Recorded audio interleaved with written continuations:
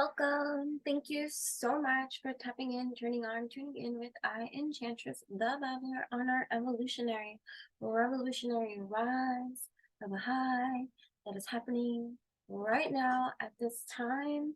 We are entering, we are going to be discussing and entering together the energy portal of this equinox, right?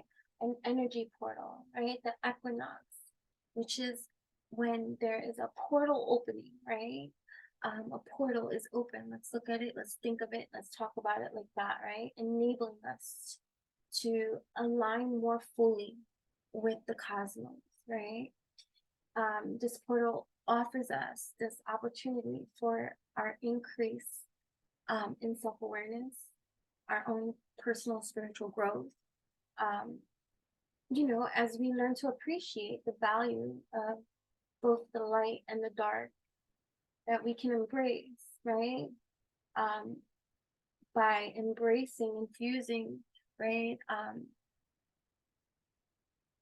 Infusing, like infusing both our enlightened self and our shadow side as well, right? So, yeah, so get comfortable. Thank you so much for being here. For those of you that don't know, I am a lifetime transcendentalist. I don't know life without being so dived in. So dived in. Is that even a word? So deep into my own spirituality. I feel like I was born this way. I've always felt different. I have always acted different. I've always had the ability of divination since a small child. And so I have this YouTube channel that I've had for 7+ years that you can go. The part of my journey was never to delete anything as from my journey. There's loads of mana in all my videos. I have thousands. Wait, can I say that number again? Okay, thousands of helpful, evolutionary, mana-filled videos, along with various playlists for you to definitely go check out. Find your space in our quantum place, and you could even hit it randomly and be like, all right, let me see what video is for me. But there are thousands. Yes, there are entertainment ones. Yes, there are poetry ones. Yes, there are artistic expression ones. All of that. But there is loads of evolutionary content on my channel. And so with that being said, yeah, so that you can also find me on Instagram at Enchantress, ENCHANTRESS, right? That's me, the one and only. And then you could also find me on TikTok, Mystic Poetess. That is I. You could also find me on Blogger. I am Enchanting Babble on Blogger. I have been on Blogger for 10+ years. And I also have thousands, I don't know, is it thousands of writings? Wow. I didn't count, but you could imagine it's 10+ years. And I have my writing sprees for 10+ years. There's like, there could be a month, like in a month in one of those years, like where I wrote hundreds of posts. So yeah, there's loads of mana over there for you to dive in deepest with. And I find that people, I'm Enchantress, I'm the Babbler, I'm a channel for the divine, right? I'm a conduit for divine oracles, messages, premonition, and all these kind of stuff, right? I don't want to like go into all that mediumship, like, a lot of stuff, right? What was I saying?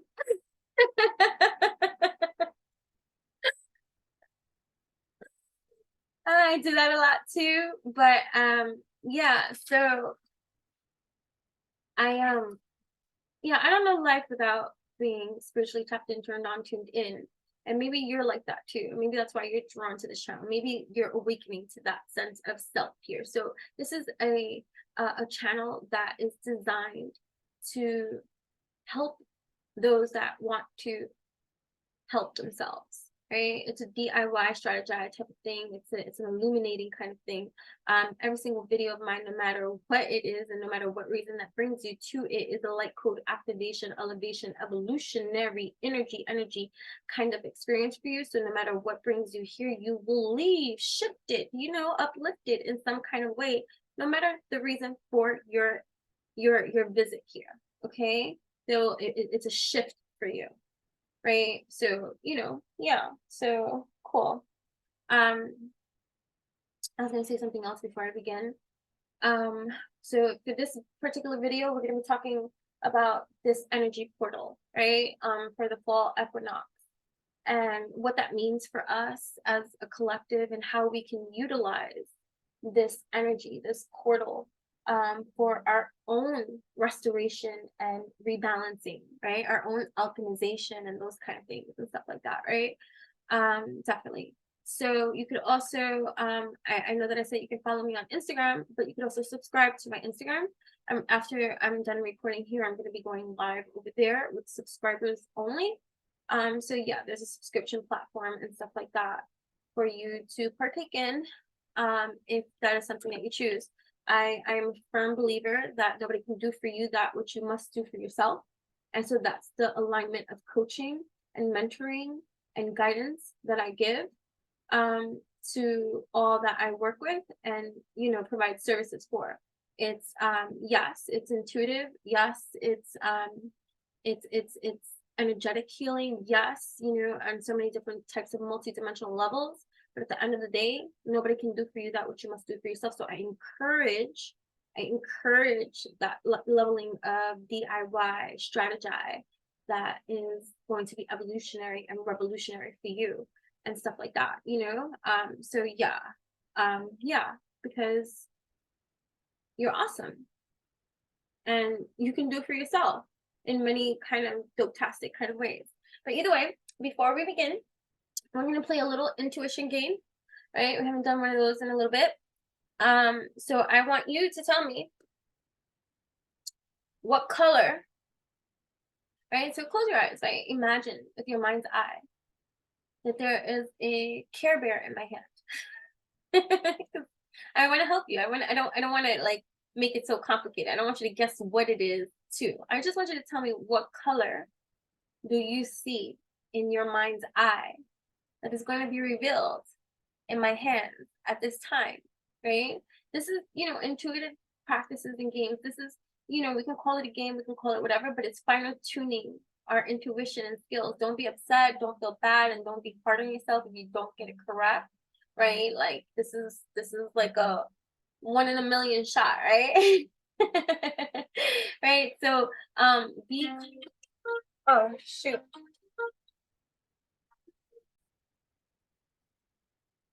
All right, so either way, this is just, a little intuition practice, right? For those of you that are tapped in, turned on, tuned in here with me. We're also, I just want to say too, like, yeah, I'm gonna use cards and stuff and stuff like that, but like, I don't need them. I really don't. I have been doing divination, for those of you that don't know and you're new here and stuff like that, since I was a little girl. I did cartomancy and anything, so many things spoke to me. And you might be seeing that too. You might be awakening to that too for yourself, right? How you read, how you divine, how you connect and channel sublime. Like, you know what I mean? Yeah, poet is divine. That's me. I'm a poet.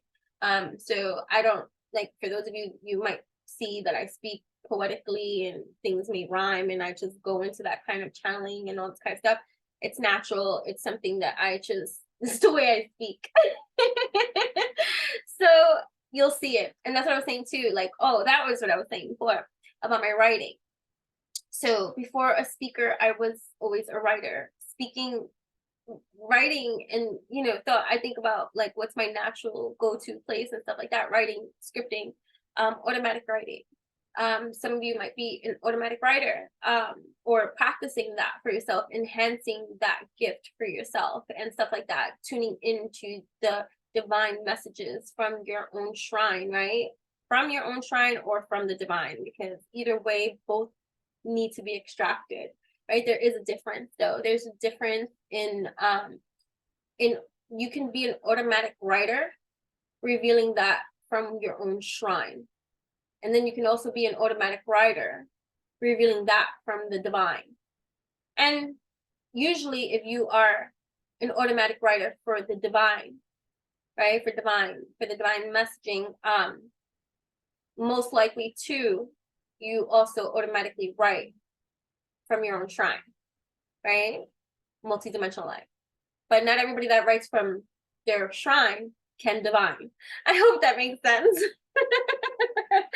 But yeah, so either way, writing for me comes more naturally. So if you find that you love to read and stuff like that, and you find my YouTube videos informative, my Instagram informative, you find like you learn so much from my platforms, and you're also an avid reader, then I suggest, because my blog is like a textbook. Yes, it has creative stories. Yes, it has a lot of stuff, but it also has a lot of prophecy. It also has a lot of other things in there, and it's only growing more. So that's at enchantingbabble.blogspot.com. Definitely. So yeah, so back to this. All right, we had a little chit chat.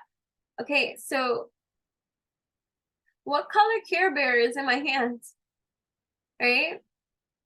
What are you imagining with your mind's eye? So if you don't know what a Care Bear is, that's fine. What color?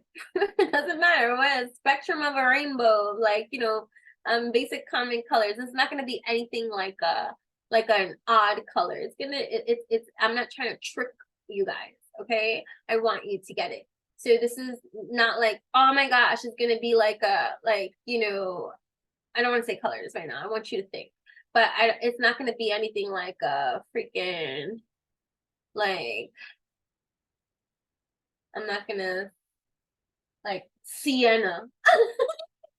I'm not gonna get real specific like that, but I'm just saying, like, you get what I mean? Like, it's like it's just gonna be a color that everybody can guess.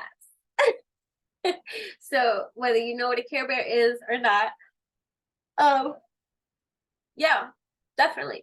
Also, another PSA: if you have not seen the video that I'm very emotional in, okay, it's the last video before this video. I took a little break from recording due to you know, life and busy and all this other kind of stuff, but I just I do it for my heart, and so I needed a break too from this type of recording, especially after my dog dying and stuff like that. So so if you didn't see the video, I what is the title of it? It's on all my social media platforms. It's okay.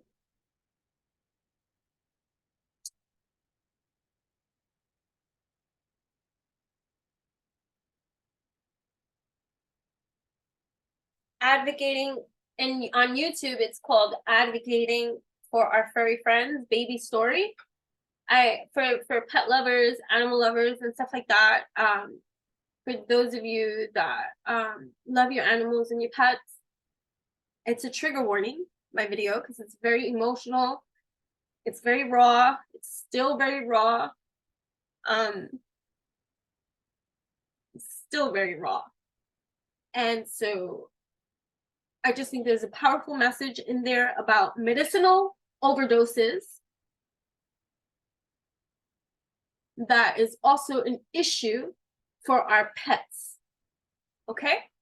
It's a very important message. I'm gonna link it to this video here too. Definitely check that out. And if you can, spread the fucking word.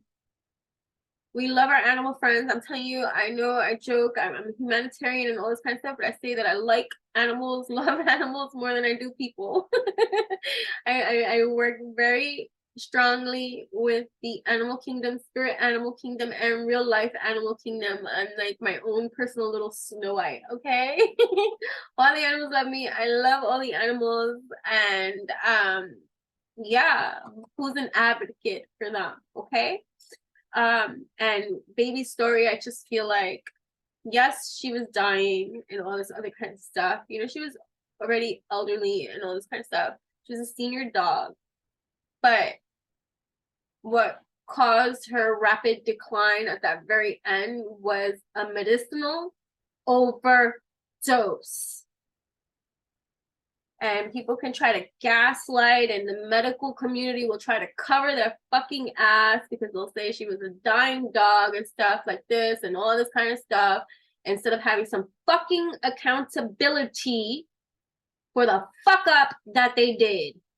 You know what I'm saying? So either way, I hope my voice was clear. And either way, yeah. Yeah, so definitely share that video. And spread that word, because we love our furry friends, and if something like this can be avoided and not happen to someone else, then, you know, then me sharing my story wasn't in vain. It's not in vain. It was in pain, but I had to anyways. You know what I mean? Okay. Either way, back to the Care Bear. Okay? Back to the Care Bear.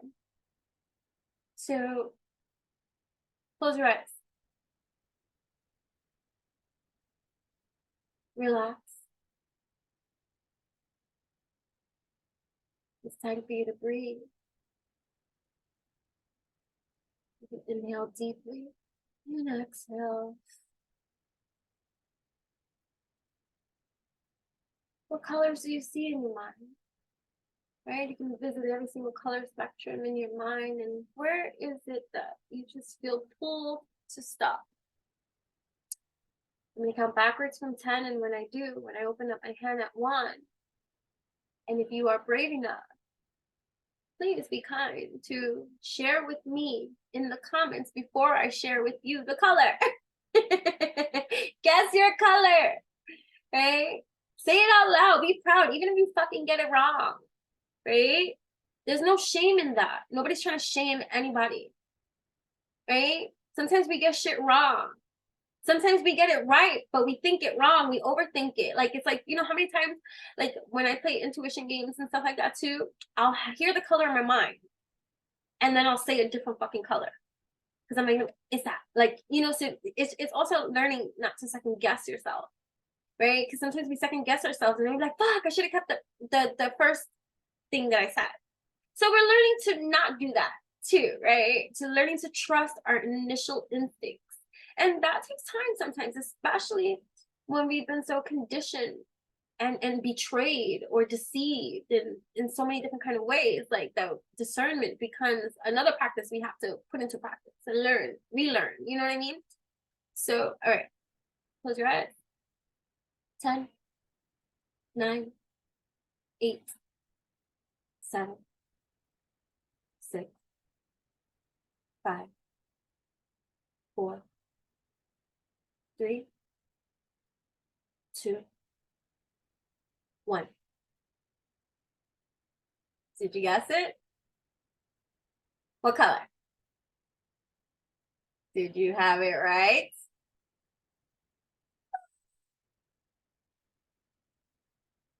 We got the pink rainbow bear.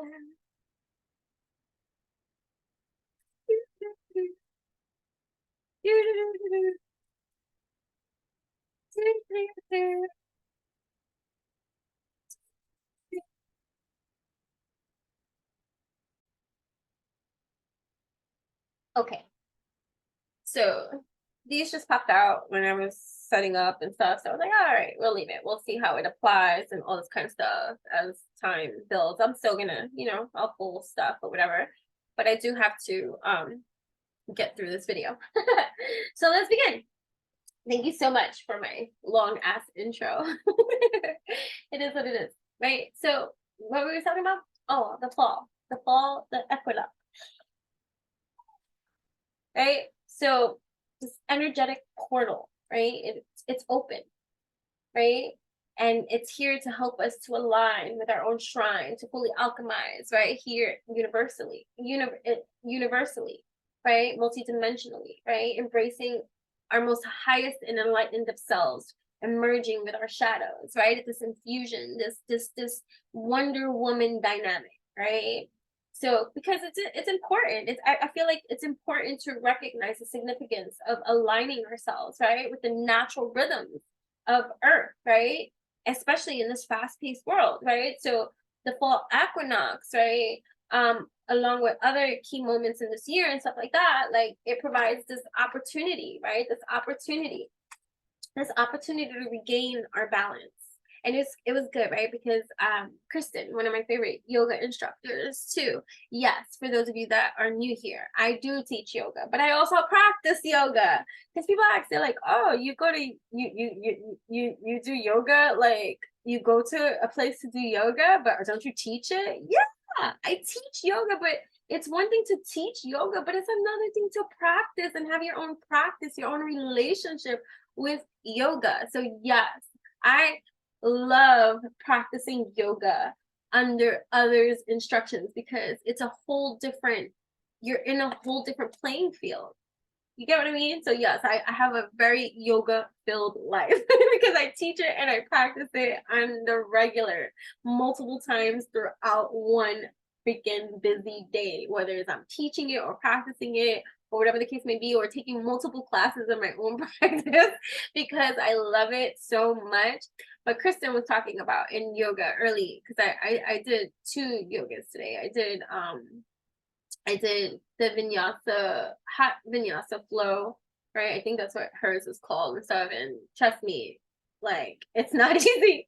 Like today was a challenge for me. I like, you have to listen to your body and stuff like that too. Like it's not so much that it's a challenge, it's just really hot. I'm cycling. And so, I have to listen to my body. And so, I felt a little nauseous at certain points and stuff like that, like while doing certain vigorous like activity. And then I was just like, I had to pace myself. So you pause, you go into your child's pose, you relax yourself or whatever. But either way, she was talking about the shit about balancing. She was talking about balancing. So we did a lot of balancing stuff, like transitional poses, transitioning from one pose to the next for strength, endurance, and balance. So I just feel it was perfect. And she was, talking about the balancing act that we have, right? So I just find it interesting, right? So restore, it's about, right? It's about restoring and rebalancing, right? It's about listening, right, to our body and addressing what it needs. And our body is our mind, body, heart, and soul. That's all encompassing, right? So we're trying to avoid burnout, right? By making proactive adjustments in our own daily life. And this is the opportune time to do these kind of things, right? Prioritizing our well-being is essential for our revolutionary growth, right? And so prioritizing as we approach this fall equinox, right?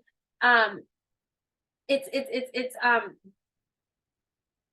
we're ensuring, right? We're working, like you don't want to burn out by the end of the year by doing way too much or overextending yourself or over like in whatever department that is in your mind, in your body, in your heart, in your soul, however it is. So it's adjusting your sails, right? Ensuring that you finish this year with energy to spare, right? For the new year. So it's about reflection and receiving, right? It's about reflection. Look, it's about transformation. This butterfly, this is the butterfly that was out, right? It's about transformation, right? Taking the time, right, to look back on our own accomplishments, right? And look at our personal growth, right? Because we can get caught up, right, constantly in a lot of activity, right? Trying to build our legacy, our that's the word I'm looking for. I'm like, what the fudge? It's like building our empires, right? But whatever that is for us, right? Our spiritual legacy empire, whatever that is, it doesn't have to be, oh my gosh, like an empire, but it's just building your strong roots, right? Your stuff. So it's because we could get so caught up in everything that we're doing, all this constant activity, and lack appreciation for our own fucking achievement. You know what I'm saying? And so it's like, wait a minute, wait a minute, wait a minute. Let me honor me. Let me, right? So like you have to get into this space, right? Like for those of you tapped in, turned on, tuned in, right? It's this reflecting allows you now to acknowledge the progress of your transformation and reducing the pressure to constantly always have to do more. It's like minimalization, learning to minimize, right? Sometimes you don't have to do so much. It's working smarter, not harder, right? Smarter, not harder. It's refocusing that, and it's learning that. It's learning that from the place and space that you are in now, and that has to be, you have to acknowledge that space that you're in now, right? So identifying, right, what truly matters to you and where you should direct your energy for the remainder of the year is going to be very important, right? So it's like it's the same thing, like tending to the fields of crops, right? Allocating your resources wisely, right? And ensuring most nourishing and fruitful outcomes for yourself, right? Because this is a transformation. Some of you might be a poet.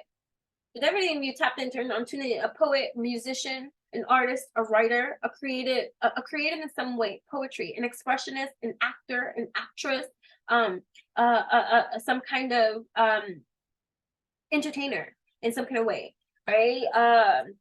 Cat independent psychic powers, right? Jaguar, charisma, shamanic gifts, right? Opening all these things up, right? At this time, right? Some of you might be fertile. Some of you might be wanting, for the males that are here. This is not, I know that I never really go gender specific. I talk divine masculine, divine feminine energy, but what I'm receiving right now, seahorse energy, is some of you males may not have children, and some of you are now thinking about starting a family. And for females too, I'm not saying, but I'm just saying fatherly power, constancy. Some of you are fathers here, right?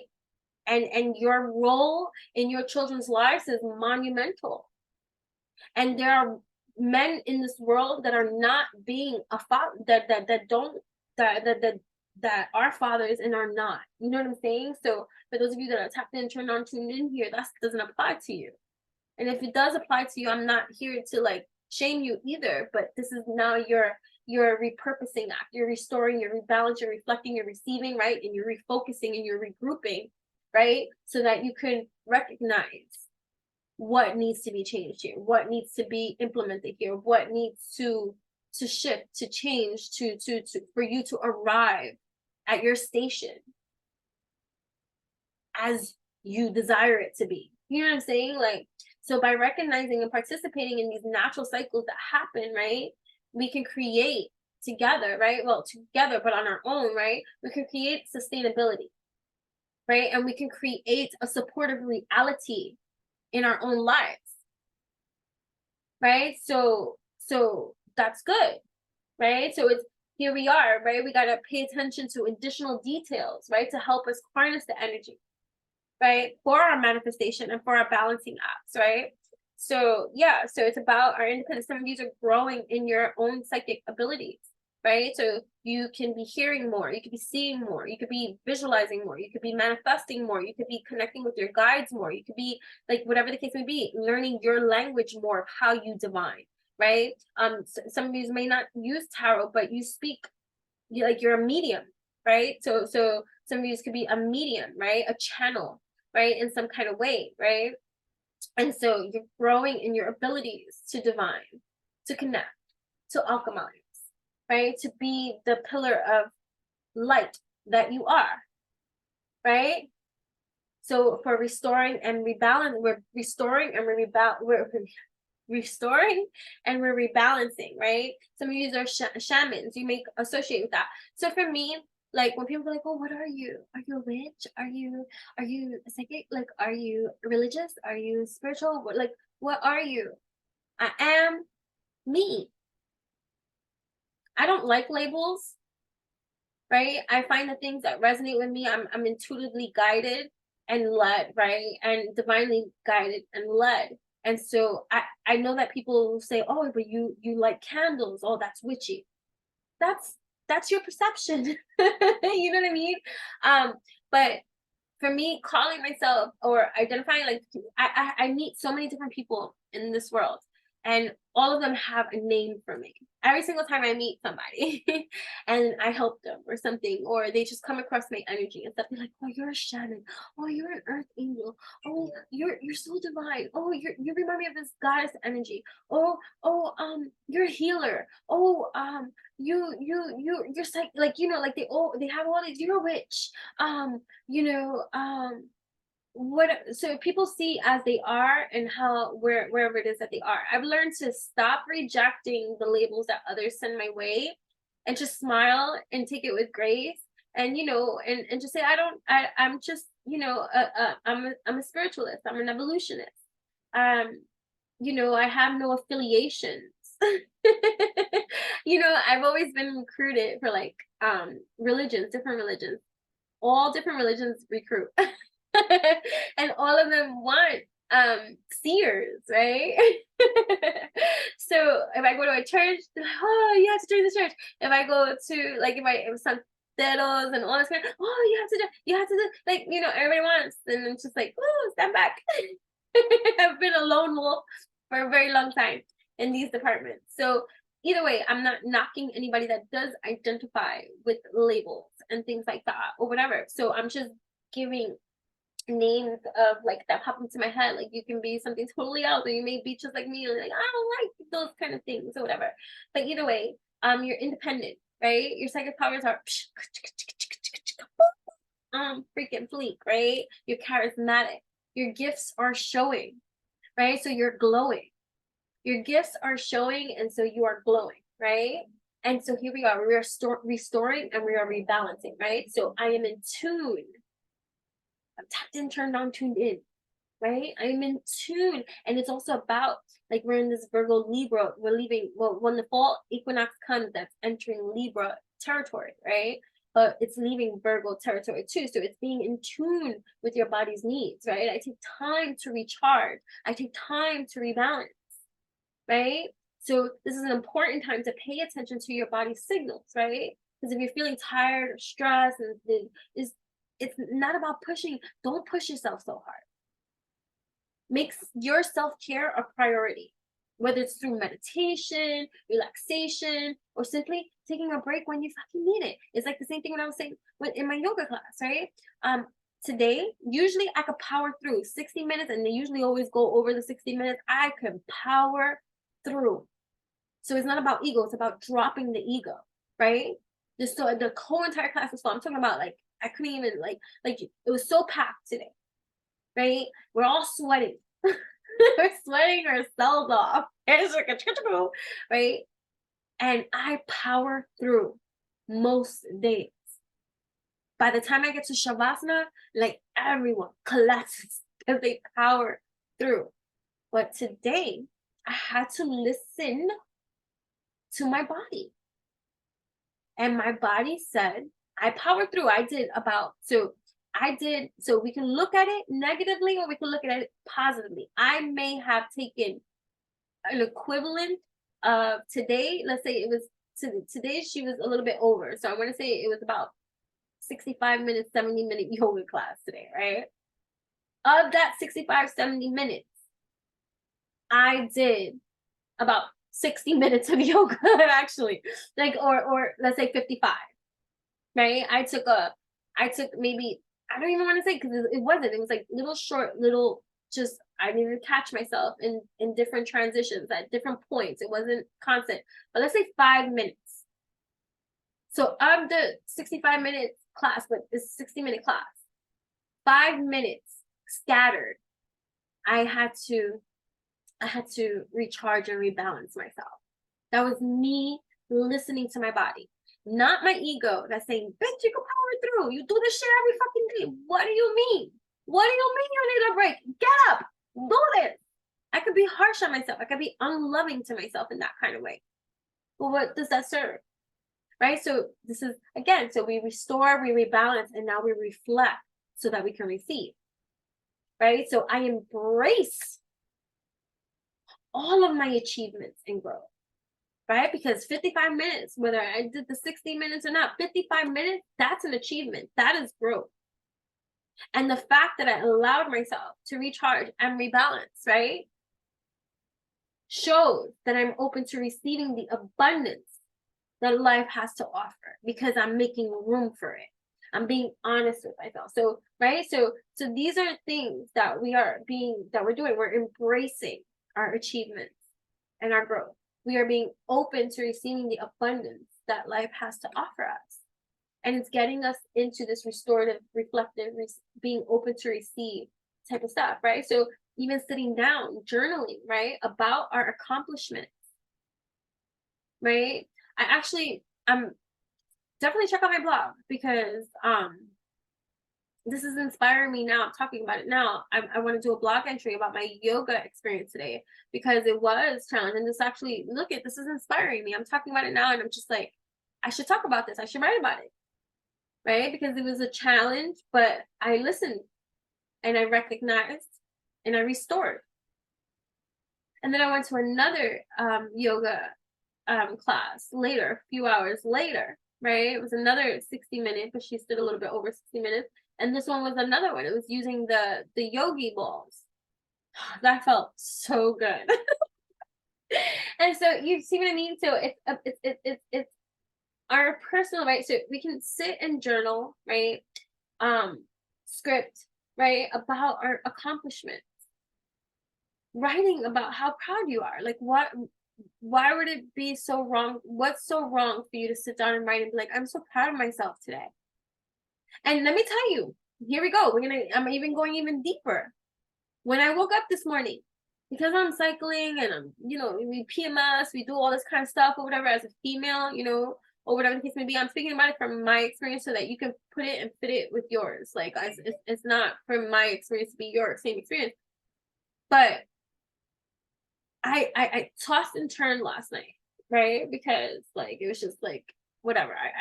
A part of me didn't want to sleep, and a part of me was like, "Bitch, go to sleep."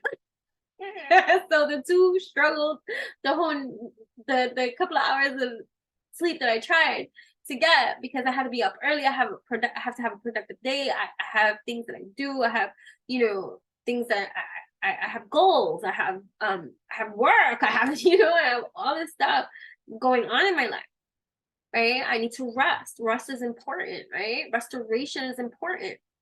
And these last couple of years in my life, part of my evolution has been gifting myself sleep. I get emotional, but it's the truth. I used to run, like I used to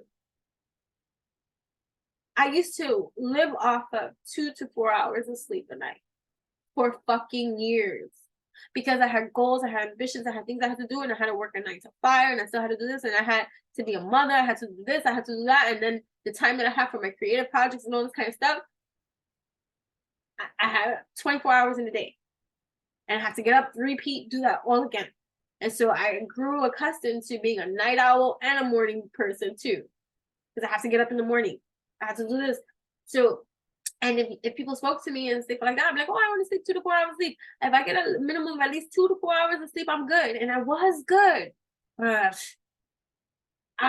like, imagine doing that for 15, 20 years, right? Straight. Not 1 year, not 2 years. I'll talk about 15 fucking 20 years motherfucking straight, right? I'm a single mother. I got shit to do. I got a fort to hold down. I gotta make it happen. Right? Shit gotta get done. So recognizing your accomplishments and how far you have come. And now opening yourself up to the space that you're creating. And that's important. That is so important. So this morning when I got up, I was tired. I was like, I could kind of cancel today because I have another yoga class at 2 p.m. So I mean, I do yoga every day, I exercise, I do all this kind of stuff. You know, it's not a little thing. But I was like, no, I want to go. And because I wanted to go, I went. And it feels good. Dun, dun, dun, dun, dun. You know that. And that's how it felt. It was such an accomplishment. By the time I got to Shavasana, and I was drenched in freaking sweat. I'm talking about that. When I took off my shirt, when I got home and I threw it on the floor, it went thump. It went thump, thump. It was like, whoa, that sucker is drenched. It was like if I jumped into the pool.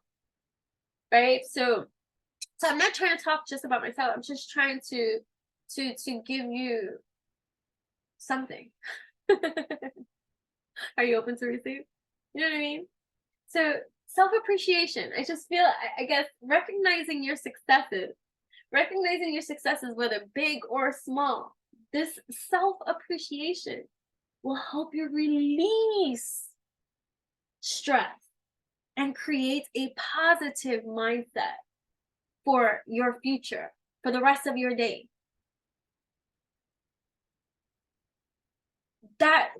Mind you, I haven't napped today. I haven't made up on my sleep. When I go to sleep tonight, I'm gonna sleep like a fucking baby. Right? And that's because of my own self-appreciation, of my own sense of accomplishment. And because that's euphoric in some kind of way, it releases these toxins, these chemical toxins from us, this releasing from our system, allowing us to simply refocus, right?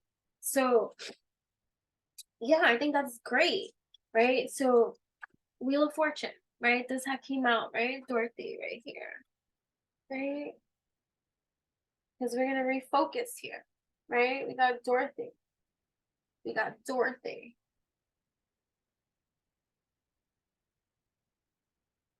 Right? Wheel of Fortune. Dorothy said nothing. Oz had not kept the promise he made her, but he had done his best, so she forgave him. As he said, he was a good man, even if he was a bad wizard. Time for a new direction, right? So I just feel like, right, with the refocusing, right, we're refocusing stuff. I align my energy with what truly matters. I focus my efforts where they yield the greatest results, right? And so here we are, right? We're doing that. We're refocusing our energy so that they can so they can yield. Sorry, my leg is falling asleep too. So they can yield the greatest of results for ourselves. Sorry, I'm gonna be shifty a little bit because my leg is falling asleep. Right? It's because it's time for a new direction. And I feel like, you know, hold on. I'm gonna look that up for a second.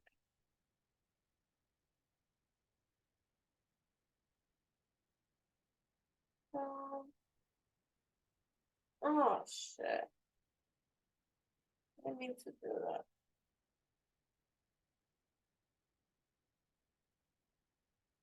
Oh, fudge. I did something again. My daughter's gonna have to show me. Hold on.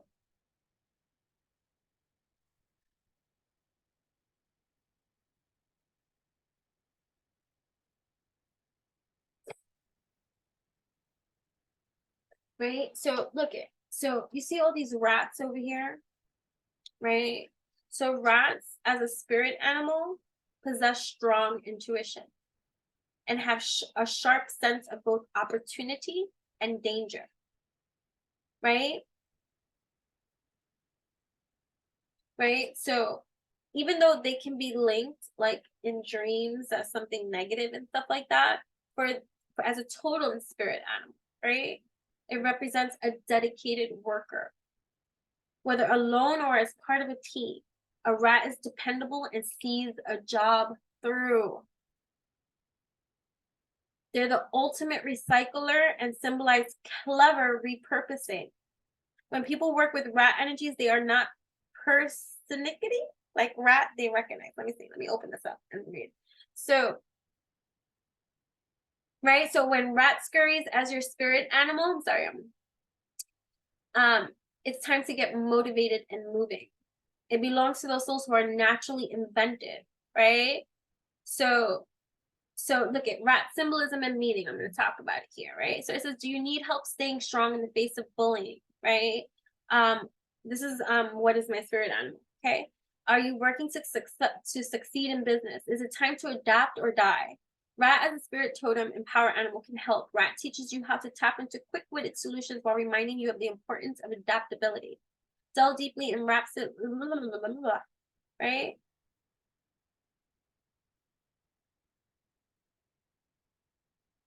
Most people want a regal or impressive spirit animal guide, like a glorious horse or powerful lion.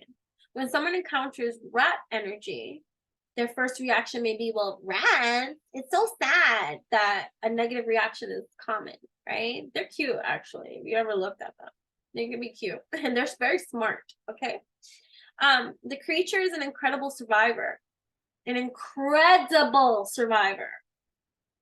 Actually, oh my gosh, do you know, and now that I'm thinking about this, so because I feed animals and stuff like that. My daughter has seen a rat take the nut that I give, like, to the squirrels and stuff, and go in a hole. Like, she's like, Mom, it came out, grabbed the nut, and went back in the hole. Like, she saw it from her window. And it's interesting. And it's interesting that it's coming out now, because now I'm seeing it like as a message, right?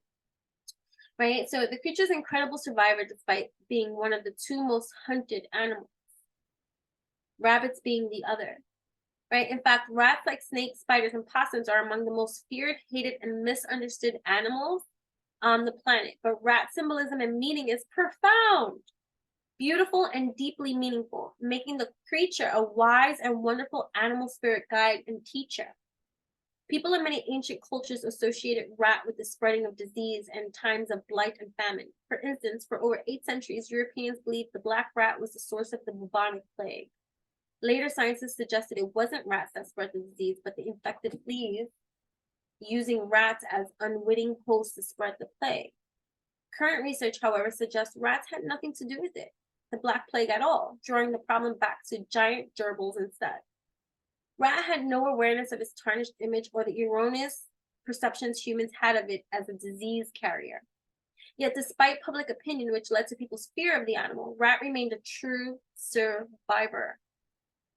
Right? And you might feel that way. You might feel like, yo, I've been through so much shit. I'm constantly being spiritually attacked, hunted. I've gone through so much abuse and all this kind of, and you are a true survivor. Right? But even that shouldn't be your title. Right? So rat remains a true survivor. In Asian cultures, rats are auspicious symbols of good fortune and business. What? Because think about it, they come in plenty. So you're looking at it from a business perspective, right? One comes, you got more. So this is like customers. So for some of you that have something that you sell, or something that you make, or a business or clients or something like that, this is telling me here to expect. And look, it's the wheel of fortune too, a time of change. So let's say you only have one, now you have more. So this could be even social media. This is like, let's say you had one following, now you have more, right? So this is a growth of something, a growth of more, right? Because where there's one, there are more, right? So rat symbolism and meaning give the creature ties to adaptation, strength, determination, and perseverance. This is important for those who wish to succeed in business, right? The world leaves behind us. Wait, why is this like this? When people work with rat energies, they are not persnickety. Like rat, they recognize needs versus wants, choosing the former while also yearning sometimes for the latter. The same people often love the beautiful things in life, but understand that essentials must come first. If fortune smiles on them with a gift, those working with rat spirit treasure the gift they receive, keeping it safe for leaner times. When a rat appears as your spirit animal, the creature often brings a message about your career. So for those of you that this is important for in your career, we're talking about the details here, right? Because we're refocusing, we're repurposing, we're reflecting, we're being open to receive, right? Rat's arrival in your awareness urges you to ask yourself, have you gotten lazy? Or are you working too much and forgetting hearth and home? In either case, rat comes prepared to help you by offering foresight and adaptive ability while directing change towards a creative solution. Just because the rat is small, do not think its tiny stature diminishes its power. Rat as a spirit animal might appear to you when you need to take back what's yours or defend your territory. Rats will jump from a sinking ship, so the creature also arrives to warn you when your situation is sinking fast and it's time to bail. To discern which message rat brings, watch the behavior of your animal spirit guide. The more urgent they appear, the more likely it is the time that your time to move is now. You could be moving. Maybe you're looking for a place to live too, right? You should also pay attention to which direction your rat spirit animal is moving when it makes its appearance. Was your animal ally moving north, south, east, or west? Was it toward or away from you? All the latter details matter when decoding the symbolism and meaning of the message. Rats are great nurturers. They are diligent when tending to the sick and injured of their family. Rats' emergence into your awareness may be the creature trying to tell you to take special care of your tribe's needs, whether it is a birth family or the family of your choosing. While rat's long scaly tail creeps out most, it's the creature's tail that gives its tremendous balance. It's about balance. Wow. Right? So your animal ally might call you to question your balance. Yo, this is perfect. I love you, Divine. Seriously, like, wow. So are you feeling harmonious? If not, what do you need to address to find the peace of mind that you seek? Right? Are you financially imbalanced? If not, it's time to get all your priorities in order. Rat arrives to press the issue and says it's no time to be chasing your own tail. When you have rat as your animal totem, you are the ultimate master of your environment, be it as a castle or a cave, right? The rat's ingenious nature doesn't merely apply to the physical realm. However, you can also use rat totem energy for foresight and the development of instinct and overall cunningness. People with the rat totem animal are rarely surprised, but they're always surprising others, right? So I like that. I'm so glad that I looked into that a little bit more deeper and stuff like that, because I feel like it applies, right? Details, right? So we're evaluating, right, our priorities, right, for the remaining months of this year, right? Identifying the most important of our own goals, right, and projects, and that will bring us our own personal fulfillment, right? So it's important to concentrate right now our time and energy on these areas, letting go of distractions and unnecessary tasks, right? Then we got the high priestess. No, right? The high priestess here, right? So no, my head is quite empty, answered the woodman, but once I had brains and a heart also, so having tried them both, I should much rather have a heart. So this is about recognizing your own spiritual power, right?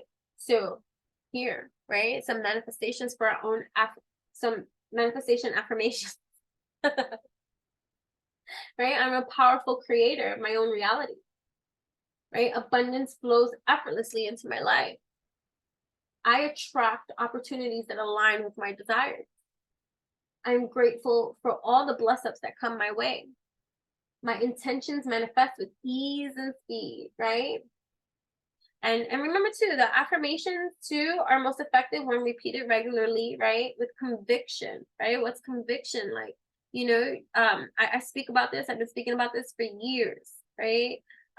You know, a lot of times people say affirmations and they don't know the etymology of the words that they use. And sometimes, like, I'm an etymologist for, and so there's nothing that you're going to catch me saying that's going to take me out of pocket. And so I'm a master alchemist when it comes to linguistics, right? I help a lot of people with their linguistics, because a lot of the times people self-sabotage with things that they say and how they say it. And even with affirmations, people cancel out the manifestation of the affirmation due to the choice of words that they use to convey certain kind of things. Or two, it's the energy, right? It's like, how do you say something that you don't feel? So it's learning to speak with conviction or finding the verbiage that works for you. It's like it's like, so that's another thing that I help. And so definitely subscribe to my Instagram, because I help them with their verbiage. They'll be like, how should I say this? This works better for you like this. I like that better. And because they like that better, when they say it with conviction. You get what I'm saying? So it's like learning. So it's like you want to say, oh, I'm a millionaire, but you never know. You don't even know what that feels like. You don't even know what that looks like. You don't even know what that tastes like. And you've never experienced it yet. So how can you get to the root of you and say that in a way that works best for you, where it feels real, right? So it's learning that for yourself, right? And stuff like that. So yeah, so it's recognizing your own spiritual power, right? And just repeating this with conviction, right? So combining affirmations, right, with the practice of your own restoring, reflecting, and refocusing, right, especially during this fall equinox, you can harness this energy to create positive changes and manifest all your desires. Yeah. You know what I'm saying? Yeah, I like that. I like that for you. You know what I mean? Hold on. Right, so seek alternative solution. I broke the other one. Alrighty. What else? Okay. So I'm looking at this one card. I have this card here because I have to find this deck. You're like, what do you mean you have to find this deck? You don't know what I mean by that because you might not have as many tarot and oracle cards as I do. I have not so much submerged into like really going in and looking for it, but I have once or twice already like superficially looked for it, like without really going in, because I have, when I say so many tarot cards and oracles, it's not even a joke. You're like, oh my god, what is that, like 20, 30, 40, keep going up, 50, 60, keep going up, 70, 80, 90, keep going up. 100, keep going. All right. So yeah. So sometimes things are not as easy to find. But I'm looking at it, right? So it's the egg. It's the egg. And it has like an octopus with a lobster's tail claw at it. Right? Let's look up octopus real quick. But the egg, like the significance of the egg. So too, your egg is cracking, something's hatching, something's being born, right? Something's being born. Something is being birthed out of you. And also too, like this could be like too, I'm thinking also like an egg cleanse, right? As well. Like you could be doing that if you did a spiritual egg cleanse or something recently, or need to, or something like that. Hold on, let's look this up. Octopus. It's full of magnificence and intelligence, conscious intelligence. It represents wisdom, mystery, and transformation. Selflessness. The octopus is also a symbol of selflessness and self-sacrifice. Both the male and female octopus make great sacrifices to procreate. Right? So, right? Are you trying to strengthen your memory? Right? Are you looking to get greater control over your own emotions? Octopus as a spirit, totem, and power animal can help. Octopus teaches you how to focus on what's essential and understand your own feelings. Delve deeply into octopus symbolism and meanings to discover how this animal spirit guide can support and empower you. Right? So, right. Octopus spirit may seem mysterious as a sea creature. This animal spirit touches our deep emotions in unanticipated ways. It shows us our potential and supports our ability to reason things out. If octopus walked on land, it would be a lifelong student of energetic realms and ancient mysteries. Who knows? Perhaps it does so in its watery realm.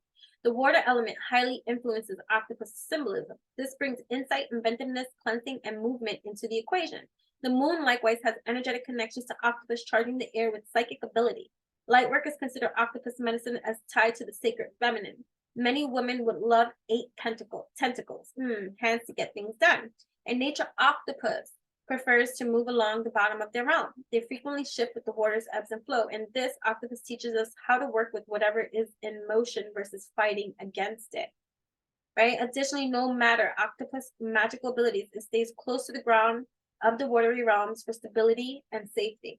The octopus has no spinal column, making them very flexible, loose as a goose, so to speak. As a result, the path octopus treads is not always orthodox, but productive. Expect the unexpected when the spirit animal enters your awareness. As an animal ally, octopus represents renewal. Okay, they can regrow their arms, so when one door figuratively closes, it's easy to regenerate and try something else. This ability, combined with the ability to detach limbs, means that octopus can avoid problems and dangers, leaving the past behind. Right? This creature whispers in your ear, carry nothing that holds you back.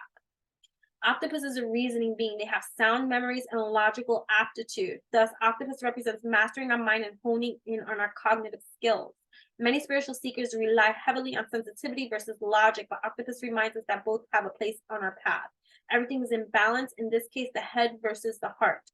Additionally, octopus is a master of camouflage and knows when to step back from view based on the situation. It is a sound lesson. Lay low and avoid overexposure when things around you become chaotic. Stand back, watch, gather information, and return when things calm down.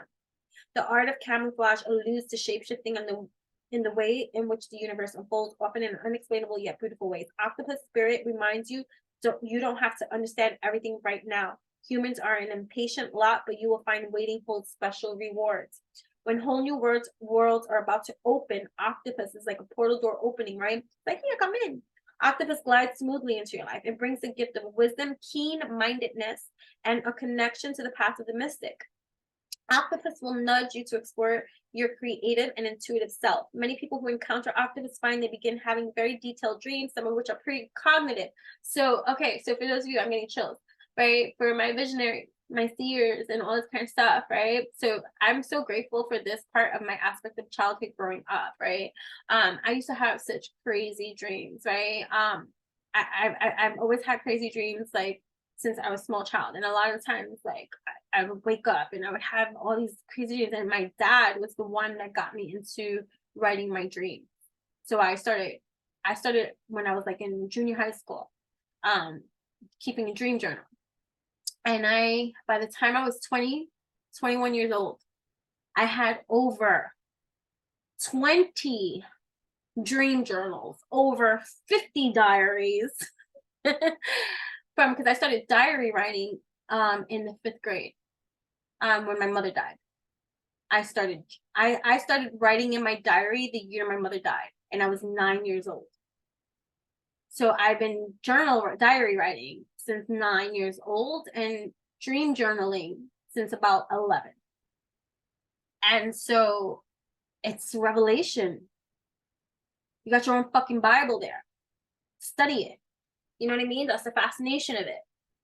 So many people who encounter octopus find they begin having very detailed dreams, some of which are precognitive. Octopus loves students and frequently comes to those immersed in higher learning. You could be learning something, you could be learning more, you could be diving deep into your own spiritual practices, you could be reading, you could be really trying to grow your evolution, and that's so good. I'm getting emotional, but it's so good for you. It's so cute. Even like, I have people here that come here that are silent as can be and who don't like me, but they love me. Their ego doesn't let them like me. And even to you, I'm so proud of you. You know what I'm saying? So,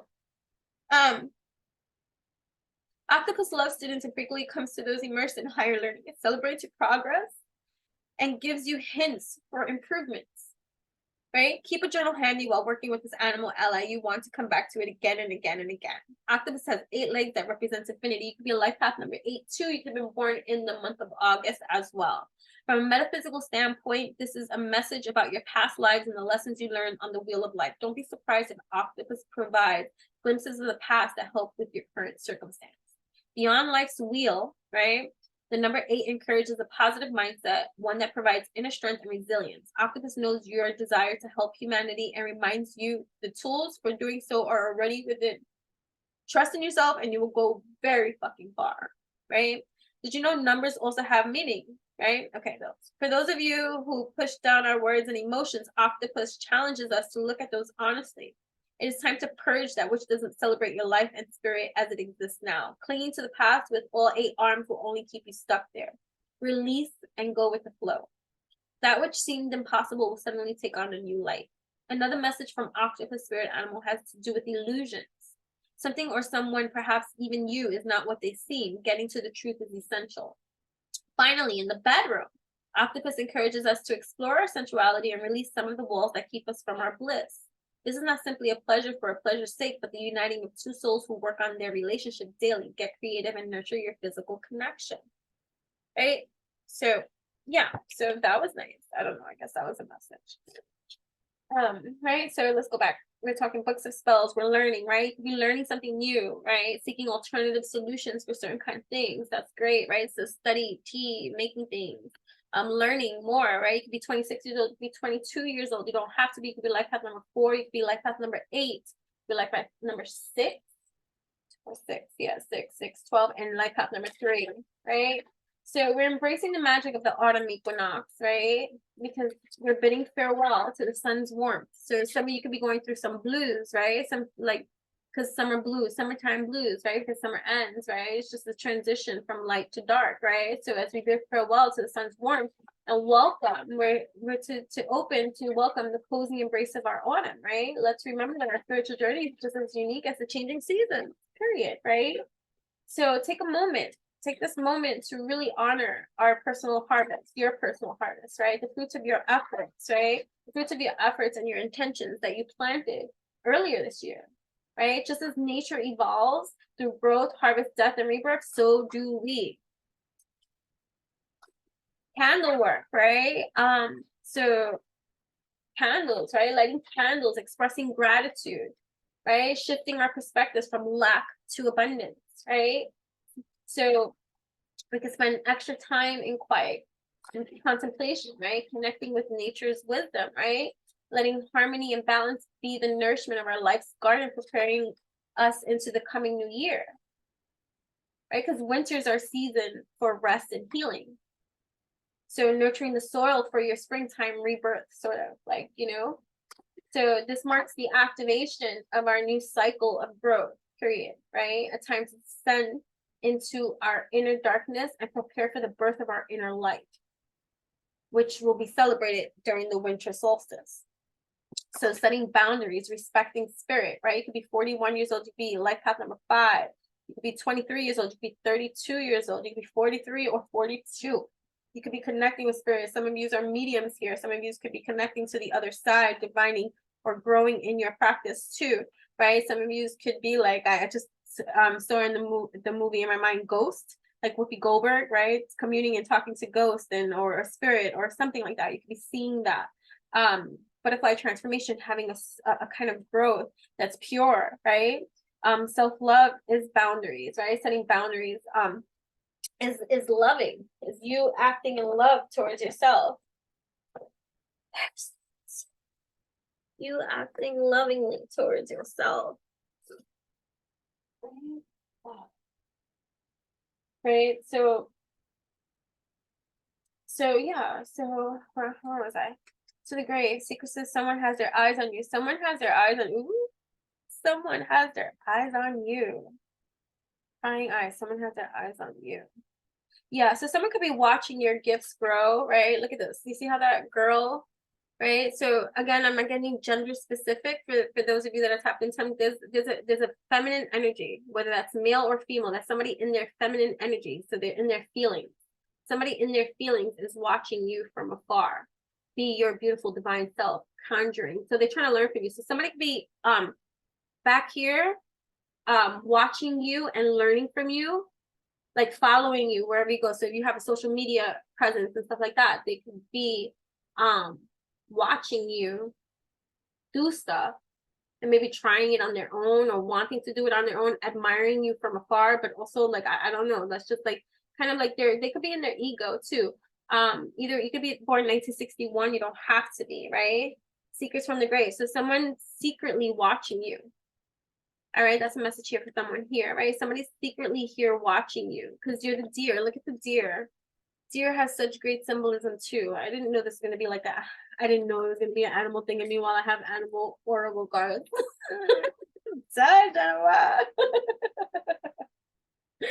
Right? Some of these could be in mourning, right? Or coming out of it too, or healing in mourning. You could be 37 years old. You could be born 1973. You don't have to be. You could be 24 years old. You could be 61. You could be born in 1961. You could be born in 1963, 1967, 1964. Could be in mourning, right? I shared my story with you. I'm in mourning with you. You get what I'm saying? I get it. Right? But you could be keeping yourself distracted in some kind of way in order to transform. You could be keeping yourself busy, right? And giving yourself the opportunity for favorable circumstances and stuff like that. But prying eyes, right? Witching herbs, right? Ascension, right? Secret trail. Because some people might think that you're the secret trail, right? What people don't know is that kind of, you are the secret trail. But the way they go about in that secret trail is not how they're gonna get to that to the ascension that they seek, because they're doing it deceptively, right? Also, hear what I'm hearing too from here, right? Somebody too is admiring you from afar. It's like it's double. It's like you could have, this could be multiple people, right? You can have people admiring you from afar, watching you, but you got somebody watching you, like trying to learn from you, or learning from you and just not telling you. That could be like a social media presence. You can have like here, like you can have people that watch and you don't know that they watch, but they're learning. That's okay. That's what you're here for. Why do you have to know everybody that you're fucking helping? You don't need to know everybody. If they want to make themselves known, let them make themselves known. If they don't want to, that's on them. They're not on in the evolution. To, there's a lot of people that avoid me because they don't want to be seen. And when I finally do get to speak to them and stuff like that, I'm not speaking out of like just intuition. I'm talking straight facts. Like when I finally get to speak to certain kind of people, and they finally feel like, because they feel my energy and they see the authenticity in it, and they're like, oh my god, I don't know, I just feel so nervous talking to you. Like I always felt drawn to you and all this kind of stuff, but I just felt intimidated. It's just the same thing like with people with tarot cards with me. People that are starting to read tarot now and stuff like that I may know, and because I've been doing it for so fucking long, they're like, I don't want to pull a card for you. I'm like, do it. This is how you practice. This is how you, like, go ahead, pull a card for me. I'm telling you to pull a card. It's okay. And they're like, oh, I want to, I'm nervous. And they don't want to do it for me because they feel like, they're comparing and contrasting and shit like that. So it could be something like that. It could be like people are not in the evolution of the space of confidence that they want to be in, and maybe you're so confident, or because they know that you see, right? True seer, like you see, like the moment that they come to you, you're gonna see them. They're not gonna be able to come with this facade. They're not gonna be able to come in with this mask. They're not ready for it yet. Because to really be seen is to be felt. And some people are just not ready for that. And so they might shun you. They might push you to the side. There's like people too, even like in the spiritual community that I have tried to connect with, right? But because they live a facade, they don't want to connect with me. You get what I'm saying? And then, whatever the case may be, it doesn't matter. Right? It's gonna be different for everybody and shit like that. But here we are, right? We're honoring our life cycle and our own spiritual path. And in doing so, we're honoring the ancient wisdom that has guided us for forever. Right? Because our existence, your existence, is a radiant part of the universal light. And so this cosmic portal to your own self-awareness is shining bright.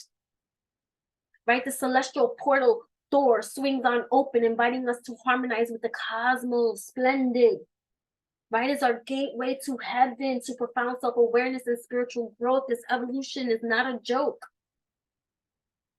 It's as real, right? We face the great turning of our times, remembering our spiritual journey is just as real as the material world. And so here we are. I love that. Oh, dear.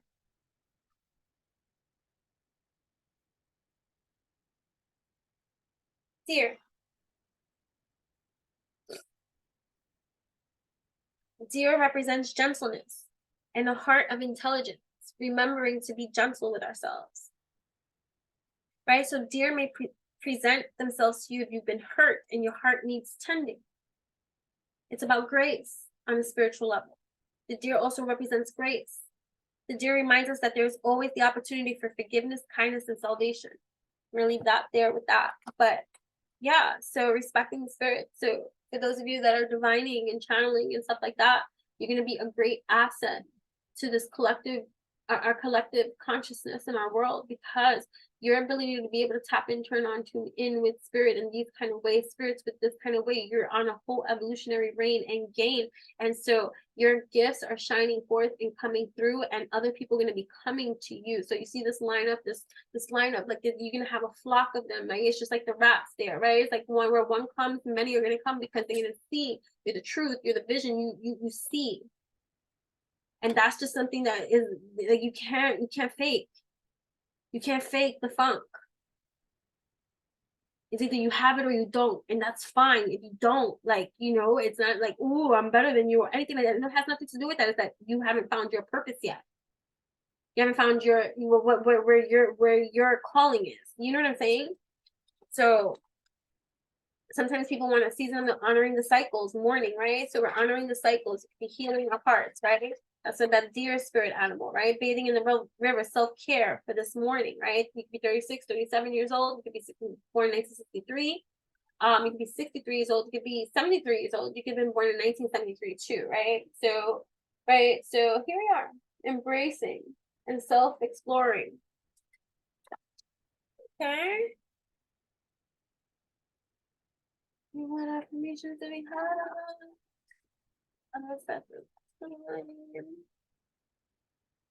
Wait, hold on.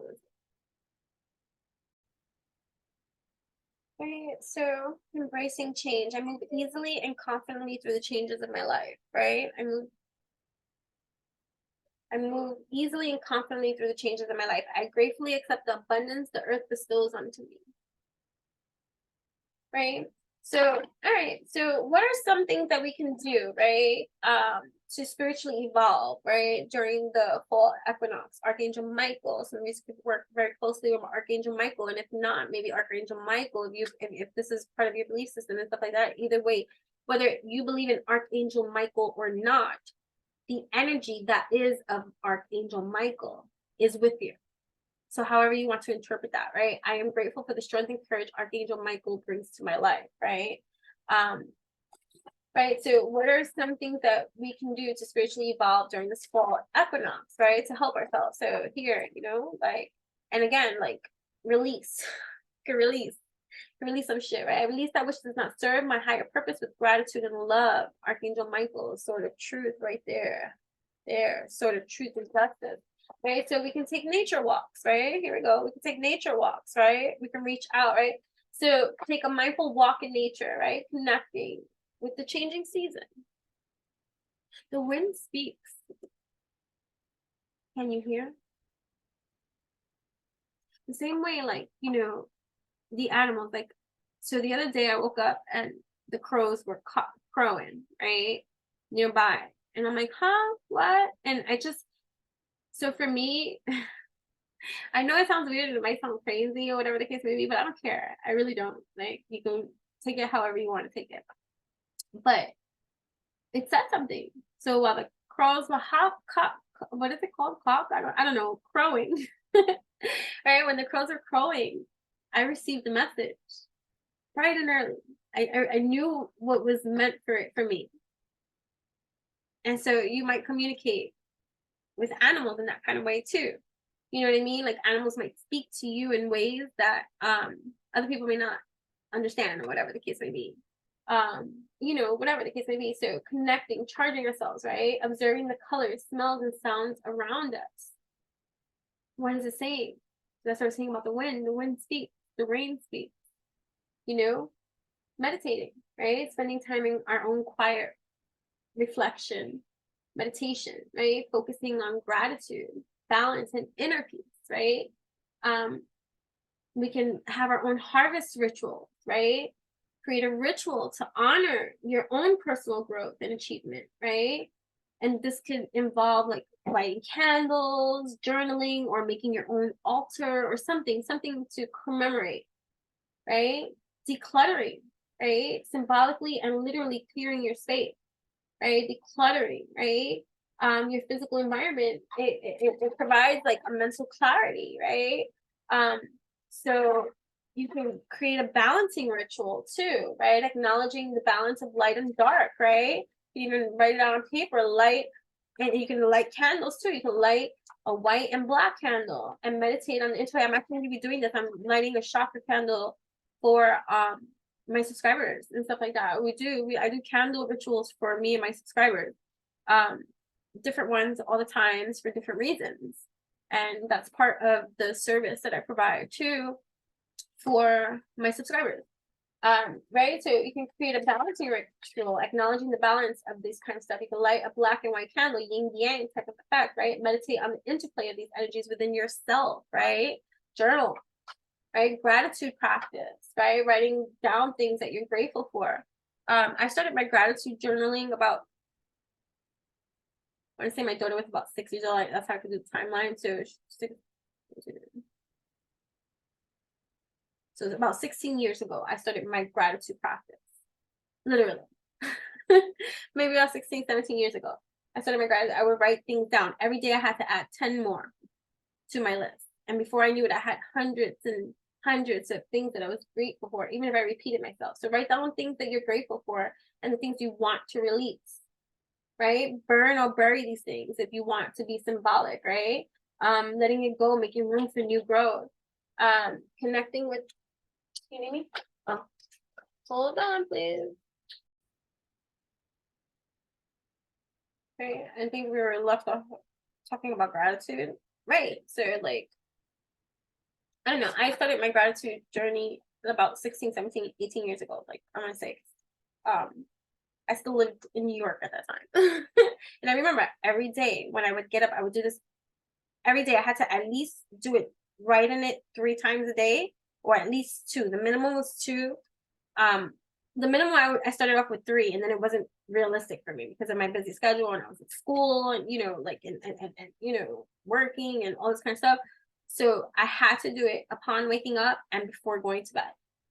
And part of the practice was before going to bed, reading that list. And when I'm waking up, reading that list. Now, if you're in a rush in the morning, wake up a little bit earlier to give yourself this time so that you don't have to be in a rush. You know what I mean? So, yeah, so connecting with your community. And I know this could be shitty. This could make you too feel like, damn, because like, I sometimes feel like that. I feel like every time I try to connect with the community, I'm met with spiritual attack, warfare, or shady, spidey, or you meet the facade of people and shit like that. I'm like, oh, you're not really about that life. You know what I'm saying? Like, you're more about that ego. Like, you get what I mean? And so, but connecting with our community, right? Joining stuff that with like-minded things. Like, I feel like now I'm a big part of the yoga community, and that's meeting with like-minded individuals who are about that health, fitness, type of infusion. And so it feels good. It feels good to go to my yoga practice and be there for all these, this time, and you see the same people all the time that are about this, taking classes with them, and you see we're all sweating and challenged together, and you bond with people. Like, so like even today, like yesterday I took another class. It's like a cardio yoga type of thing, right? And that shouldn't it's not easy. And she challenges, right? Her name is Jen too, right? This one, and there's a dude that takes that class, and I pretty much he's always in a lot of our classes, and and people, and this girl, and like, hi, and it just feels good. It feels good to connect with people. Like, we might be trying to do it online with strangers and people, and it could prove to be disappointing. I'm telling you, my online community of trying to connect with beautiful souls, or people that you think that are beautiful souls, or whatever it can be, it's a struggle. It's a struggle because you got a lot of competitive. This is like an industry, right? Social media has become an industry, which has now taken away what we were originally like. AOL chat was a community of people looking to talk and mingle and connect. And now social media is a community of individuals all looking to be seen, heard, and looking to monetize. And so that community aspect of it it kind of got like diminished a little bit. You know what I'm saying? So don't rely on social media's platforms to connect with every single community, because yeah, you're gonna be disappointed with some of it, right? Like learning, but it's wonderful too, because don't get me wrong, because I have wonderful connections with people on social media from all over the world. All over you know how sometimes when I think about it, and especially like for those of you that may not know, for 5+ years, I was harassed and cyberbullied and threatened and stalked and huffed and all this kind of stuff um, online. And it could have ruined my online experience, but I kept at what I was doing, um, still giving other souls chances. Like, you get what I mean? Like, so it didn't taint, it could have created a headache and stuff like that for that time being and stuff like that. But, um, just connecting with our community. And it like, so now too, like, it's like, okay, so it's like you meet somebody in real life and you start following each other on social media, and you realize on social media that that they're not about that. You get what I mean? And so unfollow them. Like, I thought this was different. You get what I mean? Like, I don't know. That's just like, it just came. But I'm just saying, like, it's nice to build a community somewhere, wherever that is. It could be arts and crafts, it could be music, it could be this, it could be that, it could be, on different kind of journeys. Just the other day, was it yesterday? I was bonding with someone else from another part of the world because of intuition and stuff like that on social media. You get what I mean? And they're like, this is what I live for, this type of thing. And it was a bonding moment. You get what I mean? So it's just, like, there's just so many things that we can connect. Don't allow bad experiences or bad apples to ruin your wholeness of an experience. You know what I mean? So creative expression is another thing, right? Because we're talking about things that we can do, right, to spiritually evolve during this fall equinox, walking through this portal door and things like that, right? So creative expression, engaging in our creative expressions. Oh my gosh, definitely check out my blog, enchantingbabble.blogspot.com. There's a lot of enchanting expressions over there. I even have a new series, Dear Diary, on my blog. And that's just, letting you into the deep thoughts and stuff like that of my mind and things like that about topics in this life, right? Yeah, so that press on my soul to express, or my poetry videos, where I put music, poetry, and like rhyme and all this kind of stuff or whatever, because I'm musically inclined and things like that. So I'm just saying, finding your own creative expression, and engaging in activities that allow you to creatively express, whether it's talking, singing, painting, dancing, writing, crafting, channeling, your inner thoughts and feelings and things like that. Like, I find peace, security, and contentment when surrounded by nature's beauty. I celebrate every day by honoring and respecting all life on Mother Earth, right? Practicing yoga or Tai Chi, right? That's another thing, right? Tai Chi, Qigong, martial arts, anything like that. Like, stretching, things like that, walking, like me and my daughter, 10,000 step journey a day. Join me on that too. I'll be sharing that here as well. So studying and learning, right? Evolving, right? Diving into books, courses, right? That are related to the things that interest us and for our own personal growth and to expand and stuff like that. Setting intentions, like, and actually sticking to it, like, reflecting on what we want to manifest in this coming season, and setting clear intentions for our own personal growth, and holding ourselves accountable to accomplishing these things, right?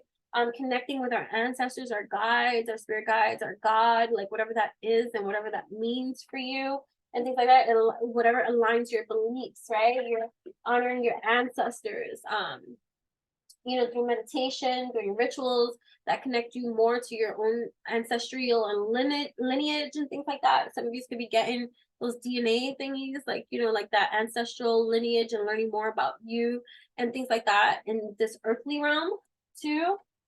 Dream work, right? Moon goddess, I'm in harmonious flow with the moon's energy in all phases of life. Pay attention to your dreams and journaling them at this time, right? They will hold significant messages for you at this time, right?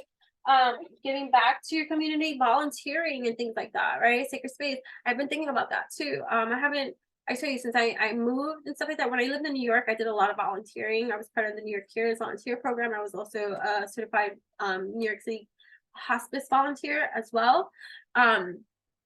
So, you know, giving back, right? Giving back, volunteering our time, giving back to our community in some kind of way, offering some kind of free service that makes you feel whole, like to give that, something that you're good at. Like, let's say you are skilled at a certain kind of thing, maybe tutoring for free, or maybe teaching somebody that wouldn't be able to afford something like the skill that you have, and working with them.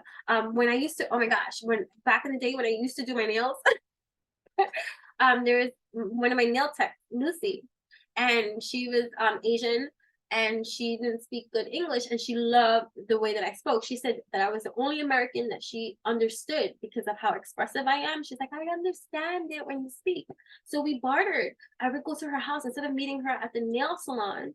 I would go to her house, and that whole entire experience, she was doing my nails and all this kind of stuff, I was working with her English. So you get what I mean? Like, it was just like, it doesn't have to be like, that was barter more and things like that. But what I'm just trying to say is, like, you know, you might be skilled at something that others may not be skilled at, and you have this portal door open where, yes, granted, you want to get paid for shit. You want to get paid for your stuff and things like that. I'm not saying being taken advantage of, give a hand, take an arm, and overextend yourself, but still, you can give back. You can give back in ways that you know, honor. So like so I teach online too, right? So and I teach special needs children as well, right? So so there's one that I teach online, and I'm being paid for a specific amount of time, right? For the time that I'm online with her. And how that works out, that's not through me. This is not like, this is through a company, right? The Children's School of Yoga and things like that. So anything over that, that's all on me. So, but because she enjoys our time together, and she's such a young girl, like, I stay over my time, and I don't put that on my invoice. You get what I'm saying? Like, I don't put that on my invoice and stuff like that, because this is a conscious thing that I'm doing. And even if it's 5 minutes over, if it's 10 minutes over my time, it's time that this wonderful lady takes with her. You get what I'm saying? So like, it's just a matter of giving back, because you're giving back in ways that, you know, whatever. Or you could be working with someone else and like bartering your services. Like, they could be teaching you something, and you could be teaching them something, right? Everything doesn't always have to be a money exchange. You know what I mean? It's energy for energy, skill for skill. And sometimes the energy of just giving opens you up to receive more, right? It's just like me. And people be like, why do you feed the animals every day? Like, that's a waste of your money. Is it? Or is it fulfilling in my own heart? And then the joy that it brings me to see the deer come, the freaking squirrels come, the birds come, this come, now the rat comes. Taking what, you know what I'm saying? Like, it doing for someone, for others that can't do nothing for you. And that it has nothing to do about expecting anything in return. It's out of the goodness of your own heart. You know what I mean? Like, learning to do stuff out of the goodness of your own heart without expecting recognition or anything in return. But I get asked that all the fucking time. They're like, oh, you spend a lot of money on bird food and all this. I do. Every time I go to the supermarket, anytime I go to the thing, I get for my, and I feed in 2 locations every day. Because where I work a lot and whatever, and where I live, right? It doesn't matter. It's just the point that I'm just trying to make is, is giving back. Like that's just for your own growth and stuff like that. Anyway, also mindfulness eating, right? What are you eating and consuming that you shouldn't, right? And what should you be eating more of? So this is for evolutionary. You feel good when you eat clean, you feel fucking better, period. So I eliminated coffee from my life, right? Like, you know, and the reason I eliminated coffee from my life is not so much that, oh my God, the coffee is so bad for me, but I do live a pretty clean lifestyle. I'm not saying I've always lived a clean lifestyle, but I live a pretty clean lifestyle. And for 10 plus years, I want to say I have eaten a really healthier lifestyle than I have ever fucking eaten in my whole entire this earthly existence of life, right? So consistency is key, right, to certain kind of things. But what was the whole point of that? You need me? Almost. Right. So consistency is key to hold on a second. Right. So the whole point of that is not to toot my own horn. I don't need to do that, right? I'm very proud of how far I've come from even eliminating like drugs, alcohol, kind of like things like little by little, like you're just smoking, like, you know, things all these years, like just stopping bad habits, things that were coping mechanisms or things like that, like, you know, and totally like just coming, like being much more cleaner in your own lifestyle. Anyway, so coffee was a newer thing for me because I you've heard it, if you follow me for a while, then you've heard me say this before. I used to never drink coffee because I had associated it with my grandmother growing up, and I never liked coffee. And then I started drinking coffee in my 30s, right? Late 30s. And then when I started drinking it, and it became a ritual, right? To have some coffee. So it was later on in my life that I started having coffee. But what I have coffee with that I enjoy it with is creamer. And not the creamer that's like non-dairy, like the bad creamer. Right? The bad creamer. The one that I don't eat dairy and I don't drink like milk, like, but my coffee has this creamer. So whatever the case may be, and the creamer's bad, period. And I've been hearing it for a while, like internally, energetically. I know even just extra like belly gut fat, like, you know, bloatedness and all this kind of stuff. So now, since eliminating the coffee with the creamer, any bloatedness, like it straight was the fucking coffee and creamer, because that's how it becomes. The more you eliminate and the more you see, the more you're able to identify and see what is off your system. So for me, I'm like, what is it that's causing this extra bloating? And it's like, bitch, it's the fucking creamer. And I'm like, no, I don't want my creamer. So I finally, like, you know, I've eliminated it, and like nothing, like, you know, and then you think that it's hard, but it's not. Like the first day of eliminating it, after that, I forgot about fucking coffee. So now I have tons of coffee, but now I've been making, I'm making something with the coffee to use on, you know, superficially as a for other stuff, for my rituals, and also self-care, facial scrubs and cleansers and things like that, or whatever the case may be. So I make a lot of things. So I'm making use of the coffee grains that I still have in that kind of way. And they're also great for rituals, candle rituals, and all my other kind of stuff that I do. But either way, just being mindful with what you're eating that could be causing blockages, right? Because food does create blockages, and things that are not good for you do create certain kind of blockages. They clog your arteries, they clog your system, right? So they bloat your system, they create an imbalance in your system. So now it's like looking at your palette of food and how you're eating and stuff like that. Like right now, people call it, I don't, intermittent fasting. I just call it fasting. I always fast. I've been fasting, for those of you that don't know, I've been fasting for 35 plus years. Wait, 35? No, not 35. 30 years, at least 30 years. 35. 25 to 30 years I've been practicing fasting in my life. Fasting has been a very important part of my journey. But I have been fasting the last like 2 weeks, like religiously, like every single day. I'm not eating from from the time I wake up till until after 6 p.m. and then I'm eating and I'm not eating after 8 p.m. You get what I mean? Like it's just discipline or whatever the case may be.